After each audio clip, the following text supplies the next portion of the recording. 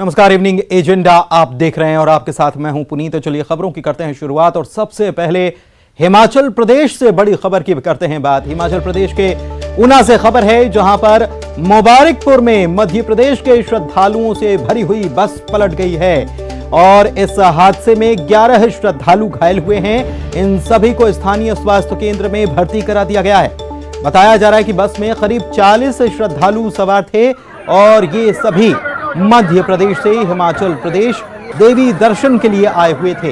हालांकि गनीमत रही कि ड्राइवर की सूझबूझ रही और इसकी वजह से बस 30 फुट गहरी खाई में गिरने से बाल बाल बच गई, वरना एक बड़ा हादसा पेश आ सकता था। मंदसौर के इसमें श्रद्धालु बताए जा रहे हैं, 11 श्रद्धालु घायल हैं। हमारे सहयोगी अमित शर्मा ऊना से हमारे संवाददाता जुड़े हुए हैं, उनसे जानकारी लेते हैं कैसे ये दुर्घटना हुई है, क्या स्थिति यात्रियों की बताई जा रही है। अमित जी पुनीत, आपको बताना चाहूंगा कि ऊना में आज ऊना का जो मुबारकपुर है, चिंतपूर्णी के बिल्कुल नजदीक ये मुबारकपुर वो पड़ता है और वहां पर श्रद्धालुओं की जो मध्य प्रदेश से श्रद्धालुओं का एक जत्था हिमाचल प्रदेश में देवी दर्शनों के लिए आया था और ये बस जो है वो यहाँ पर अनियंत्रित होकर पलट गई। हालांकि जो ड्राइवर की सूझबूझ के चलते एक बड़ा हादसा होने से जो है वो टल गया और बस जो है वो करीब 30 फीट गहरी खाई में जाने से बच गई। हालांकि इस बस में 34 के करीब जो है वो श्रद्धालु सवार बताए जा रहे थे और उनमें से 11 श्रद्धालु जो है उनको हल्की चोटें जो है आई थी। उनमें से 2 लोग गंभीर घायल हुए थे, जिनमें से एक चालक था और उनको जो है वो आम स्वास्थ्य केंद्र जो है वो क्षेत्रीय अस्पताल ऊना रेफर किया गया था और यहाँ पर भी उनका स्वास्थ्य जो है वो ठीक होने के चलते उनको जो है वो छुट्टी दे दी गई है। आपको बता दें कि कोई भी घायल श्रद्धालु जो है वो अब अस्पताल में दाखिल नहीं है, सभी की हालात जो है वो बिल्कुल ठीक है जी। और फिलहाल पुलिस ने अपना मामला जो है इसमें दर्ज करके आगामी कार्रवाई शुरू कर दी है। जी पुनीत। अमित, आप बता रहे हैं कि ड्राइवर की सूझबूझ रही और बस 30 फीट गहरी खाई में गिरने से बच गई, लेकिन ये भी आपसे जानना चाहेंगे कि ये बस अनियंत्रित कैसे हुई, इसके पीछे क्या वजह रही? जी बिल्कुल पुनीत, आपको बताना चाहूंगा कि जिस तरह से चालक जो है वो अभी घायल था और उसका जो है क्षेत्रीय अस्पताल ऊना में इलाज चल रहा था और अभी पुलिस जो है वो इसके बयान जो है वो कलमबद्ध करेगी चालक के कि आखिरकार ये पूरा हादसा पेश किस तरह से आया। वहीं पुलिस की एक टीम जो है वो मैकेनिकल मुलाजा भी बस का करवाएगी ताकि जो हादसा है उसके असल कारणों का पता चल सके। जी। और ये जो श्रद्धालु हैं ये क्या सभी मध्य प्रदेश के मंदसौर के ही रहने वाले थे या अलग अलग मध्य प्रदेश क्षेत्रों से गए हुए थे, कुछ इसके बारे में जानकारी? पुनीत, ये जो श्रद्धालु का जत्था जो है वो हिमाचल प्रदेश में देवी दर्शनों के लिए आया था, इसमें से अधिकतर श्रद्धालु जो मध्य प्रदेश के मंडोर के रहने वाले बताए जा रहे हैं और वहीं कुछ श्रद्धालु जो है के रहने वाले बताए जा रहे हैं। लेकिन एक चीज अमित और सबसे जरूरी बात यह है कि हिमाचल तो पहाड़ी क्षेत्र है, वैसे भी ये गाड़ी जो बस जो है पलटी है ये भी मध्य प्रदेश की ही बताई जा रही है, मध्य प्रदेश से ये लोग सवार होकर गए थे। जी बिल्कुल, ये श्रद्धालु जो हैं वो मध्य प्रदेश से ही सवार होकर जो है वो हिमाचल प्रदेश में देवी दर्शनों के लिए आए थे और जिस क्षेत्र में ये हादसा हुआ है वहां से पहाड़ी इलाका जो है वो शुरू होता है और अब इसके पीछे हादसे के पीछे क्या कुछ कारण रहे हैं, पहाड़ी इलाके में चालक की किसी लापरवाही है, ये पूरा मामला जो है मैकेनिकल मुलाजा और पुलिस द्वारा जो बयान चालक के लिए जाएंगे उसके बाद ही साफ हो पाएगा। पुनीत, बहुत शुक्रिया अमित आपका इस तमाम जानकारी के लिए। तो मंदसौर के अधिकतर श्रद्धालु मंदसौर के हैं, देवी दर्शन के लिए गए हुए थे, इसी दौरान यह हादसा पेश आया है। पहाड़ी क्षेत्र यहां से शुरू होता है, यहीं पर बस पलट गई और बस के पलटने की वजह से 11 श्रद्धालुओं को चोटें आई हैं, हल्की चोटें हैं। हालांकि ड्राइवर और एक श्रद्धालु जो है उनकी स्थिति थोड़ी सी गंभीर बताई जा रही है, लेकिन फिलहाल बाकी जो श्रद्धालु जिनको चोटें आई थी इनका इलाज कराकर इनको अस्पताल से छुट्टी भी दे दी गई है। चलिए बढ़ते आगे और बात करते हैं लोन ऐप पर सरकार की सख्ती की।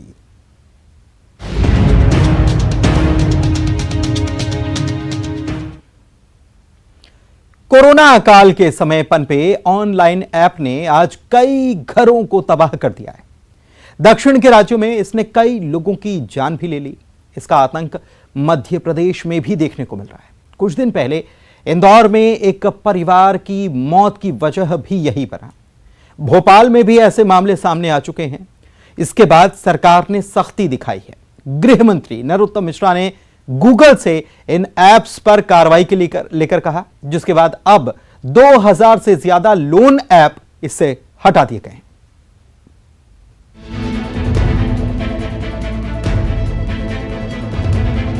ऑनलाइन लोन की वजह से कई परिवार तबाह हो गए। गृह मंत्री नरोत्तम मिश्रा की सख्ती के बाद गूगल ने ऑनलाइन लोन ऐप को लेकर कार्रवाई की है। गूगल ने भारत के प्ले स्टोर से लोन देने वाले 2000 से ज्यादा ऐप्स को हटा दिया है। इसके साथ ही शर्तों का उल्लंघन करना और संदिग्ध ऑफलाइन व्यवहार के लिए इन ऐप्स के खिलाफ कार्रवाई की गई है। मैंने कल ही कहा था कि लोन से संबंधित सभी अनाधिकृत ऐपों पर कानूनी कार्रवाई होगी। अब गूगल ने ऐसे सभी ऐपों को अपने प्ले स्टोर से हटाने का जो निर्णय लिया है, मैं उसका स्वागत करता हूं। लेकिन ये निवेदन भी करता हूं गूगल कंपनी के सभी अधिकारियों से कि भविष्य में इस बात का ध्यान रखें और एहतियात बरतें कि इस तरह के अनाधिकृत ऐप किसी भी रूप में प्रयोग में नहीं लाए जाएं। ये पहली बार था, इसलिए हमने कहा है दूसरी बार कार्रवाई हो। पिछले कुछ महीनों में एमपी में अवैध ऑनलाइन ऐप से लोन लेने वालों की संख्या लगातार बढ़ती जा रही थी। फिर लोन न चुकाने पर ऐप के कर्मचारियों द्वारा गलत तरीकों का व्यवहार किया जा रहा था। यहां तक कि उनको ब्लैकमेल, उनके परिजनों, दोस्तों को मैसेज तक भेजा जा रहा था। इसके चलते लोन लेने वाले सुसाइड तक कर रहे थे। हाल ही में इंदौर में भी इस तरह की घटना सामने आई थी, जिसमें एक परिवार तबाह हो गया था। Bureau report, news 18 Madhya Pradesh. विकास हमारे संवाददाता इंदौर से इसी खबर पर लाइव जुड़े हुए हैं, सीधे उन्हीं के पास चलते हैं। विकास, बगैर किसी सिक्योरिटी के, बगैर किसी डॉक्यूमेंट के लोन चाहिए, आ जाइए, लोन ले जाइए, और लोन ले जाने के बाद क्या होता है, यह खबर बन जाती है। विकास, 2000 ऐप हटाए गए हैं, लेकिन होता क्या है यह आपसे समझना चाहेंगे, क्योंकि हाल ही में इंदौर में घटना सामने आई, भोपाल में भी मामले सामने आए हैं। लेकिन ये लोन कैसे दिया जाता है, कैसे उनको झांसे में लिया जाता है और फिर कैसे परेशान किया जाता है, समझना चाहेंगे।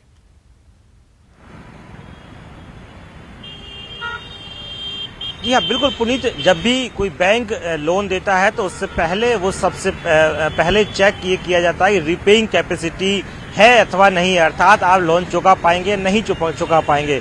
यही वजह बनती है कि कई बार लोगों के पास वैध दस्तावेज बहुत अधिक नहीं होते हैं, इसीलिए वो आसानी से लोन ऐप का रास्ता चुन लेते हैं। ये लोन ऐप के माध्यम से आप बहुत सामान्य से दस्तावेज प्रस्तुत करते हैं और आपका लोन ग्रांट हो जाता है। हालांकि इसके बाद फिर शुरू होता है लोन ऐप का जो अवैधानिक तौर पे चल रही है लोन ऐप, उनका खेल शुरू हो जाता है। वो चक्रवर्ती ब्याज लगाते हैं और अगर सही समय पर आप पैसा नहीं दे पाते हैं तो उनके जो कर्मचारी हैं वो आपत्तिजनक बातें करते हैं। इसके साथ साथ कुछ ऐसी भी लोन ऐप है जो जिस वक्त आप लोन लेते हैं उस समय एक्सेस आपके मोबाइल का वो कर लेते हैं, अर्थात आपके मोबाइल में जो भी डेटा होगा वो सभी उनके पास पहुंच जाता है। वो तमाम ऐसे नंबर को सेव कर लेते हैं जो आपके महत्वपूर्ण नंबर होते हैं। उसके बाद उन नंबरों पर आपके माध्यम से कई ऐसी जानकारी, कोई ऐसे फोटो, वीडियो और आपत्तिजनक मैसेज भेजे जाते हैं जो आपके लिए कहीं ना कहीं हानिकारक साबित होते हैं। और यही वजह है कि जो लोग हैं वो लोन ऐप के मकर जाल में फंस जाते हैं। बीते दिनों की अगर बात की जाए तो इंदौर के बाणगंगा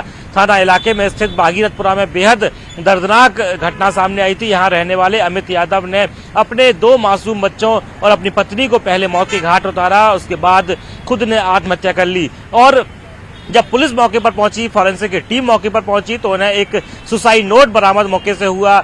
सुसाइड नोट में स्पष्ट जिक्र किया था कि उन्होंने कुछ लोन ऐप के माध्यम से लोन लिया था जिसमें सामान्य सा पैन कार्ड और आधार कार्ड दिया था और उनको ये जानकारी मिली थी कि यदि लोन लेने वाले व्यक्ति की मौत हो जाती है तो उन्हें लोन नहीं चुकाना पड़ता है। शायद यही जानकारी की वजह से उन्होंने अपने पूरे परिवार को मौत की नींद सुला दिया और उसके बाद खुद ने आत्महत्या कर ली। हालांकि ये इस घटना के ठीक 24 घंटे के भीतर ही खुद गृह मंत्री नरोत्तम मिश्रा इंदौर पहुंचे थे और उन्होंने इंदौर कमिश्नर हरिनारायण मिश्रा को सख्त निर्देश दिए थे कि इस पूरी घटना के बारीक बिंदुओं की पड़ताल की जाए। सभी बिंदुओं की पड़ताल के बाद जो लॉन्च ऐप जो है उनके खिलाफ भी कड़ी कार्रवाई के निर्देश दिए गए थे। उसके बाद यही असर है कि लगभग 2000 ऐसे एप्लीकेशन जो अवैधानिक तौर पे लोन के नाम से चल रहे थे, जिनके पर लोन ग्रांट किया जाता था और उसके बाद कस्टमर से धोखाधड़ी की जाती थी और उन्हें परेशान किया जाता था। और उसी का नतीजा है कि लगभग 2000 ऐप को प्ले स्टोर से, गूगल प्ले स्टोर से, इसके साथ साथ अन्य प्लेटफॉर्म से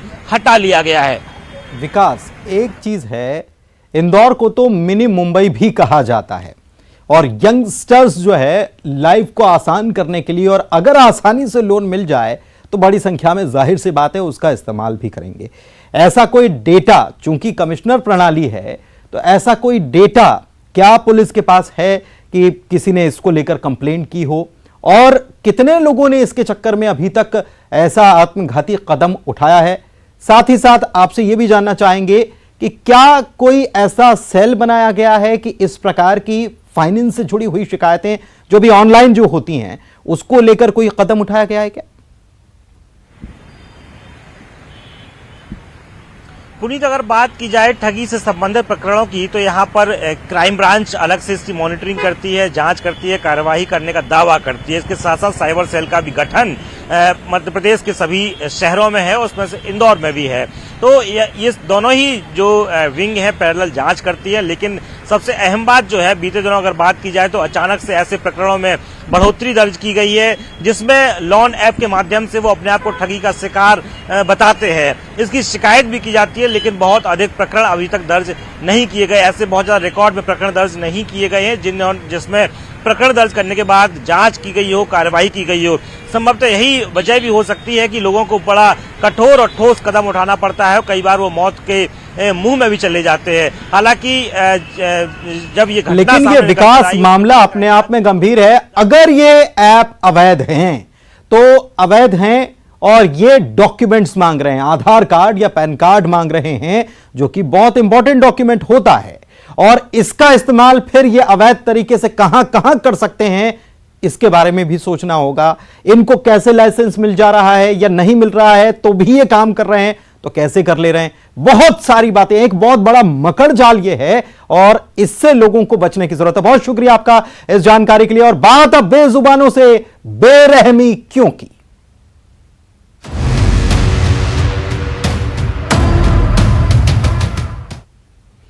जी हां, वफादारी की जहां जहां बात होगी और जब जब बात होगी वहां सबसे पहले कुत्तों का जिक्र जरूर होगा। पुरातन काल से लेकर आज तक अगर कोई साथी इंसान का सच्चा साथी माना जाता है तो वो कुत्ता यानी कि डॉग माना जाता है। लेकिन सबसे वफादार जानवर माने जाने वाले इन कुत्तों पर जुल्म की इंतहा देखने को मिल रही है। तो जानवर कौन बनता जा रहा है और बेजुबानों से बेरहमी आखिर क्यों हो रही है? हमारे संवाददाता हमारे साथ जुड़े हुए हैं, दोनों से बात करते हैं। सुशील कौशिक ग्वालियर से लाइव जुड़े हुए हैं, देवव्रत भगत रायपुर से जुड़े हुए हैं। और सबसे पहले सुशील, मैं आपके पास आऊं तो एक सबसे मुख्य कारण जो होता है, वैसे तो कुत्तों को इंसान का दोस्त माना जाता है, लेकिन गली मोहल्ले में कुत्तों की बड़ी संख्या को देखते हुए एक डर यह भी लगा रहता है कि ये कहीं हमला ना करते, और इस डर के चलते इंसान जानवर बन जाता है और उस पर हमला करने लग जाता है। बिल्कुल सही बात है। देखिए, ग्वालियर की अगर बात करें तो ग्वालियर के महाराजपुरा थाना क्षेत्र के डीडी नगर इलाके का पूरा वाकया है, और जिस डोगी के साथ अमानवीय बर्ताव किया गया है इन महिलाओं के द्वारा लगातार, उस डोगी के बारे में यही है कि ये जो सामने वाला घर है उस घर से उस डोगी को रोटियां मिल जाती है, वक्त बेवक्त खाना मिलता है, सिर्फ वो उसी इलाके में रहता है। और रात के वक्त अगर लोग आते हैं, चहलकदमी होती है लोगों की, तो वो शोर शराबा करता है, भौंकता है। इसी बात को लेकर सामने वाली जो महिलाएं हैं उनको आपत्ति थी, और जब उन्होंने देखा कि इस पर कोई अमल नहीं किया गया तो उन्होंने कई बार उस पर पत्थर भी फेंके, दूसरी महिला ने उसे डंडों से पीटा। और निश्चित तौर पर पहले भी इस तरह की घटना हुई, सामने जो परिवार रहता है उन्होंने समझाइश भी दी, लेकिन उसके बाद भी इस तरह की घटनाएं रुकी नहीं। तो यही वजह है कि जब आसपास के जो सीसीटीवी कैमरे थे उन कैमरों के फुटेज परिवार ने निकलवाए, सामने वाले परिवार ने, और उसके बाद उन फुटेज के आधार पर महाराजपुरा थाने में शिकायत दर्ज कराई है। हालांकि अभी पुलिस ने इसमें FIR दर्ज नहीं की है, लेकिन पुलिस ने इस मामले को जाँच में ले लिया है। कहीं ना कहीं पशु क्रूरता अधिनियम के तहत ये पूरा मामला है, और CCTV फुटेज है जिसमें साफ तौर पर तस्वीरें भी दिख रही है, और जो हमला करने वाली महिला है वो साफ तौर पर उसमें आइडेंटिफाई हो रही है। तो निश्चित तौर पर पुलिस आज नहीं तो कल इस मामले में ज़रूर FIR दर्ज करेगी। लेकिन कहीं ना कहीं बेजुबानों पर इस तरह के जो हमले होते हैं और देखिए स्ट्रीट डॉग जो है अगर खुली सड़कों पर हमला करते हैं या फिर दूसरी घटनाएं करते हैं तो ऐसे डॉग के खिलाफ एक्शन नगर निगम भी ले रही है ग्वालियर में, लेकिन कई गली कूचों में ऐसे डॉगी है, स्ट्रीट डॉगी के जो वहां रहते हैं। इस मामले में तो मुख्य बात अगर देखें सुशील, तो जाहिर सी बात है कि लोग डॉग्स से यहां पर परेशान है। कुछ लोगों को तो आपत्ति है, हालांकि सामने जो परिवार रोटी दे रहा है उसका क्या पक्ष है, पुलिस तो जांच करेगी, लेकिन निगम की जिम्मेदारियां ज्यादा बड़ी हो जाती हैं। लेकिन रायपुर से जो मामला सामने आया वो बहुत अलग है। देवव्रत, ये तो वहशीपन, और ये नाबालिग बच्चा है, नाबालिग है, इसके दिमाग में कैसे आ गया कि बेजुबानों पर एसिड फेंक दिया जाए?